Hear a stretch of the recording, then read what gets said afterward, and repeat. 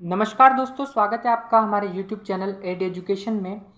हिंदी की आपकी क्लासेस चल रही है 1000 प्रश्न सीरीज, जिसको हमने राज तिलक बैच नाम दिया है और 10 प्रश्न कल हो चुके थे। आज बात करते हैं 11वें प्रश्न पर। आपके सामने पहला प्रश्न स्क्रीन पर है। अवधी भाषा का आविर्भाव कब से माना जाता है? जो अवधी भाषा है उसका आविर्भाव कब से हुआ या कब से माना जाता है? तो पहला ऑप्शन आपके सामने स्क्रीन पर है, ईसवी सन की 10वीं शताब्दी से, ईसवी सन की 11वीं शताब्दी से, ईसवी सन की 12वीं शताब्दी से और ईसवी सन की 13वीं शताब्दी से। तो अवधी भाषा का जो आविर्भाव है वो ईसवी सन की 10वीं शताब्दी में हुआ था। यानी कि जो आपका पहला वाला ऑप्शन है वो इस प्रश्न का बिल्कुल सही आंसर है कि अवधी भाषा का आविर्भाव कब से हुआ, तो ईसवी सन की 10वीं शताब्दी से हुआ। चलते हैं अगले प्रश्न पर। अगला प्रश्न आपके सामने स्क्रीन पर है, बहुत ही इंपॉर्टेंट और एडवांस प्रश्न है ये। पद्मावत की भाषा है, जो पद्मावत है उसकी भाषा कौन सी है? तो मैथिली है, अवधी है, भोजपुरी है या फिर बुंदेली है? जो पद्मावत है उसकी जो भाषा है वो अवधी भाषा है। अवधी भाषा में पद्मावत की रचना हुई है। ठीक है, तो आपका जो दूसरा वाला ऑप्शन है वो इस प्रश्न का बिल्कुल सही आंसर है। ये हम आपके लिए वस्तुनिष्ठ प्रश्न लेकर आए हैं 1000 प्रश्न सीरीज के अंतर्गत, जो आपके MPSI, MP पटवारी की जो वैकेंसी है और MP पुलिस और इसके अलावा SSC की उसके लिए और सभी व्यापम की एग्ज़ाम उनके लिए ये हिंदी भाषा से रिलेटेड हैं। ठीक है, तो उसमें आपके सामने 12वां क्वेश्चन, पद्मावत की भाषा कौन सी है? तो वो अवधी भाषा है। दूसरा ऑप्शन इस प्रश्न का सही आंसर है। अगले प्रश्न पर चलते हैं। अगला प्रश्न आपके सामने स्क्रीन पर है, विनय पत्रिका की भाषा है। ठीक है, अवधी भाषा है, कन्नौजी है, ब्रज भाषा है या ब्रजबुली है? तो विनय पत्रिका की रचना किसने की? तो विनय पत्रिका की रचना जो की है वो तुलसीदास जी द्वारा की गई है। और इसकी भाषा कौन सी है? तो इसकी जो भाषा है वो है ब्रज भाषा। विनय पत्रिका की जो भाषा है वो ब्रज भाषा है। यानी कि जो तीसरा वाला ऑप्शन है वो इस प्रश्न का बिल्कुल सही आंसर है। अगले प्रश्न पर चलते हैं। अगला प्रश्न आपके सामने स्क्रीन पर है। अगला जो प्रश्न है, बिहारी, बंगाली, उड़िया और असमिया, ये सारी क्या है? ये सभी भाषाएं हैं। इनका विकास निम्नलिखित में से किससे हुआ? शौरसेनी से हुआ, ब्राचड़ से हुआ, अर्धमागधी से हुआ और मागधी से हुआ। ठीक है, ये सारे जो ऑप्शन है ये सब अपभ्रंश है। ठीक है, शौरसेनी अपभ्रंश, ब्राचड़ अपभ्रंश, अर्धमागधी और मागधी, ये सारे अपभ्रंश है।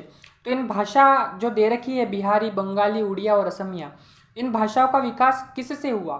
तो इसका जो सही आंसर होगा वो होगा मागधी। जो चौथा वाला ऑप्शन है इस प्रश्न का बिल्कुल सही आंसर है। अगले प्रश्न पर चलते हैं। अगला प्रश्न आपके सामने स्क्रीन पर है। अगला जो प्रश्न है वो है, पश्चिमी हिंदी राजस्थानी और गुजराती अपभ्रंश के किस रूप से निकलती है? पश्चिमी हिंदी वो राजस्थानी और गुजराती अपभ्रंश के किस रूप से निकलती है? अर्धमागधी, पेशाची, शौरसेनी या फिर मागधी? तो इस प्रश्न का जो सही आंसर होगा वो होगा शौरसेनी। ठीक है, अपभ्रंश के किस रूप से निकलती है? तो शौरसेनी रूप से निकलती है। यानी कि आपका जो तीसरा वाला ऑप्शन है वो इस प्रश्न का बिल्कुल सही आंसर है। अगले प्रश्न पर चलते हैं। अगला प्रश्न आपके सामने स्क्रीन पर है। अगला जो प्रश्न है, ब्रज भाषा का विकास किससे हुआ? उपनागर से हुआ, मागधी से हुआ, शौरसेनी से हुआ या फिर पेशाची से हुआ? ठीक है, ये सारे जो प्रश्न हम आपके लिए लेकर आए हैं 1000 प्रश्न सीरीज में, उसमें अभी जो प्रश्न चल रहे हैं वो भाषा एवं नागरी लिपि से चल रहे हैं। यानी उससे अंतर्गत, उससे रिलेटेड प्रश्न हम पूछ रहे हैं। और ये ऐसे प्रश्न हैं जो लगभग परीक्षाओं में अत्यधिक बार आए हैं, उन प्रश्नों को हम आपके लिए लेकर आए हैं। तो ब्रज भाषा का विकास किससे हुआ? तो इस प्रश्न का सही आंसर है शौरसेनी। जो आपका तीसरा वाला ऑप्शन है वो इस प्रश्न का बिल्कुल सही आंसर है कि ब्रज भाषा का विकास किससे हुआ, तो वो हुआ शौरसेनी से। अगले प्रश्न पर चलते हैं। अगला प्रश्न आपके सामने स्क्रीन पर है। अगला जो प्रश्न है वो है, हिंदी की विशिष्ट बोली ब्रज भाषा किस रूप में सबसे अधिक प्रसिद्ध है? अब विशिष्ट बोली ब्रज भाषा है। ठीक है, ब्रज भाषा क्या है? विशिष्ट बोली।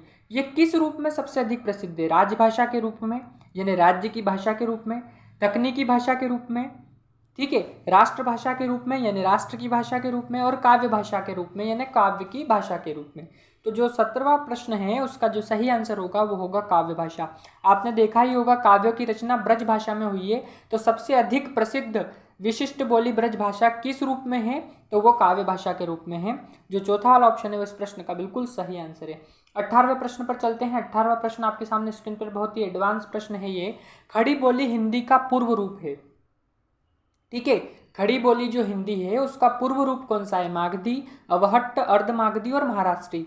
ठीक है, तो इस प्रश्न का जो सही आंसर होगा वो होगा अवहट्ट। जो दूसरा वाला ऑप्शन है वो इस प्रश्न का बिल्कुल सही आंसर होगा कि खड़ी बोली हिंदी का पूर्व रूप है, तो अवहट्ट।